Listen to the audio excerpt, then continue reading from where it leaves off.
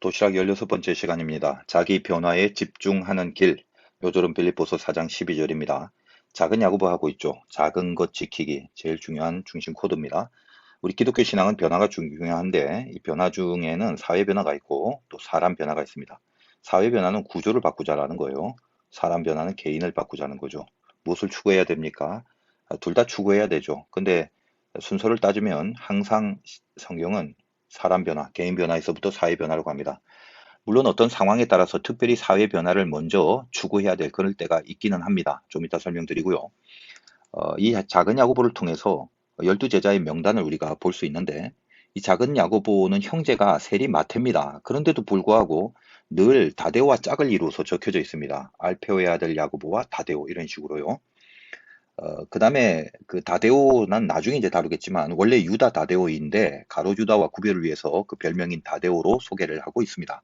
다데오의 아버지의 이름이 야고보인데 그런 거 보면 이제 야고보라는 이름이 참 많죠.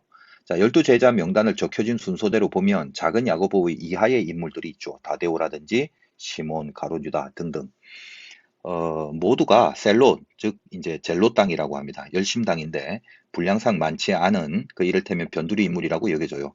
뭐 얼마나 많이 말씀드렸습니까? 열심당은 바리새파, 사두개파처럼 유대 민족주의에서 파생된 당파들이라고 그렇게 말씀드렸죠. 자, 이 열심당이 추구하는 것은 유대의 민족 독립 운동을 통해서 로마로부터 나라를 구하려고 하는 그런 단체인데 그 열심당에는 결국은 뭐냐면요.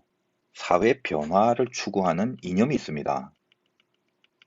그 예수님의 제자들과 예수님의 갈등 중에 하나가 제자들은 사회 변화의 주체로 예수님을 자꾸만 몰고 갔고 예수님은 그게 아니다. 너 자신의 그 변화 이것이 중요하다. 이렇게 늘 말씀을 하시죠.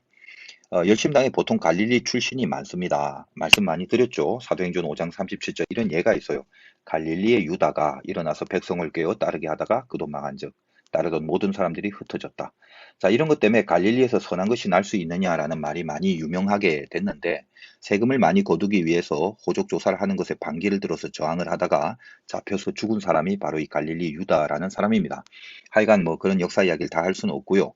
그래서 갈릴리라는 곳이 정치적 해방을 꿈꾸는 가짜 메시아들이 많이 출현하는 바람에 그곳에 열심당이 많다는 걸 알 수 있고 나다나엘 할 때 설명했죠.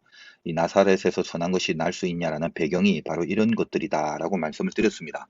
그래서 민족 독립운동을 빙자해서 가짜 메시아들이 참으로 많이 출몰했던 그런 그 메시아에 대한 신빙성이 없던 시대의 배경이 있었다라고 그랬죠.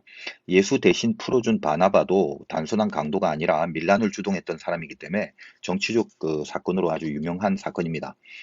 그래서 12제자의 명단이 나오면 늘 작은 야고보부터 그 밑으로 좀 마이너한 부류들이 거의 다 열심당 내지는 그 영향 아래 있었던 제자들이라 볼 수 있습니다. 자, 이들은 뭐냐? 칼을 들고 있었습니다. 왜? 그들이 구조 변화를 위해서 필요한 게 뭐냐라고 했을 때 그들은 칼이었습니다. 이 진짜 칼이죠. 그러나 예수님은 어때요? 이 칼이 아니라 하나님의 말씀인 마음의 칼. 이것이 더 중요하다고 그렇게 수없이 말씀드렸습니다. 그래서 믿음을 갖고 있는 열심당이 그들의 그 땅의 구조 변혁을 통해서 하나님 나라를 이루어야 한다는 생각이 많았고 그 남미의 해방신학이라든지 뭐 군사정권 당시 우리나라 민중신학 같은 것이 이런 열심당의 원리와 노선을 따른다고 볼 수 있습니다. 지금 버마 사태도 사회 변혁을 지금 이루려고 하는 그런 역사적 시점에 있는 거죠. 근데 그 신학적 배경은 민수기 25장의 비느하스 사건이었습니다. 여러 번 말씀드렸죠. 바알 축제 때 음행을 통해서 하나님이 연병을 내렸을 때 그때 음행하는 남녀를 비느하스가 창으로 찔러 죽이지 않습니까? 그때 네가 나의 질투심으로 질투했다. 그 질투라는 말 그것이 이제 젤러스고 그것 때문에 대제사장의 반열에 비느하스가 서게 됩니다. 이 젤로 땅의 뿌리가 거기에 있죠. 엘리야가 특심이라는 말을 썼는데 그 특심, 특별한 열심, 그것도 젤러스입니다. 그 엘리야의 특심이 뭐죠? 바알에게 견딜 수 없어 하는 그 마음, 그걸 말하는 거죠. 그래서 이 열심당은 이런 신학적 배경 하에 늘 비느하스의 칼을 품고 다닌다라고 볼 수 있습니다. 우리 베드로도 칼 갖고 있다가 말고의 귀를 자르지 않습니까? 바로 그들에게, 특별히 그들의 제자들에게 예수님이 뭐라고 말씀하십니까? 칼을 든 자는 칼로 망한다 이런 얘기를 하죠. 무슨 말이죠? 예수님은 정치적 해방자가 아니란 말이에요. 칼로 싸우는 자가 아닙니다. 마음과 영혼의 칼이 아니라 진짜 칼 들고 하나님 나라 이루는 게 아니라고 하죠. 예수님 당시 그 제자들 교육하면서 무지하게 힘드셨을 것 같아요. 하여간 사도행전 21장 38절에 보면 바울이 신문을 봤는데 그 신문하는 과정에서 야 네가 자객 4천 명 거느리고 광야로 가던 애굽인이 아니냐 그렇게 얘기를 합니다. 이 자객 4천 명을 거느리고 데모를 일으켰던 그런 종자들이 있었는데 바울이 아니냐라고 그렇게 신문을 하는 것입니다. 그때 이 자객이란 말이 시카리라고 그랬죠. 이거 얼마나 많이 말씀드렸습니까? 시카리는 단검이란 뜻이고, 그러니까 시카리오, 이거 영화에서도 나오는데 암살자란 뜻입니다. 네가 칼 갖고 있는 사람이다. 이렇게 얘기를 하는 거죠. 근데 작은 야고보가 바로 이런 배경 하에서 그의 형제가 세리 마태였다는 게 얼마나 아이러니한 얘기입니까? 작은 야고보의 형제가 세리 아시죠? 세리 마태입니다. 그 예전에 군부 독재 시대 때 그 데모할 때 형이 정경이었고 동생이 대학생이었던 거 아시죠? 그래서 형은 이제 화염 저 뭐죠? 그 뭡니까 그 최루탄 들고 또 동생은 이제 돌 던지고 둘이 맞닥뜨렸어요. 참 안타까운 일 아닙니까? 한 가정 하에 열심당인 작은 야고보 그리고 마태세리 극우와 극자가 한 집에 있습니다. 바로 이 부분에서 성경이 아주 중요한 대비를 하고 있죠. 이 복음서에는 그런 갈등 구조의 명단이 있다가 사도행전 13장에 와서 즉 성령의 임재가 있는 복음의 그 귀한 운동들이 일어난 그때부터 제자의 명단의 순서가 바뀝니다.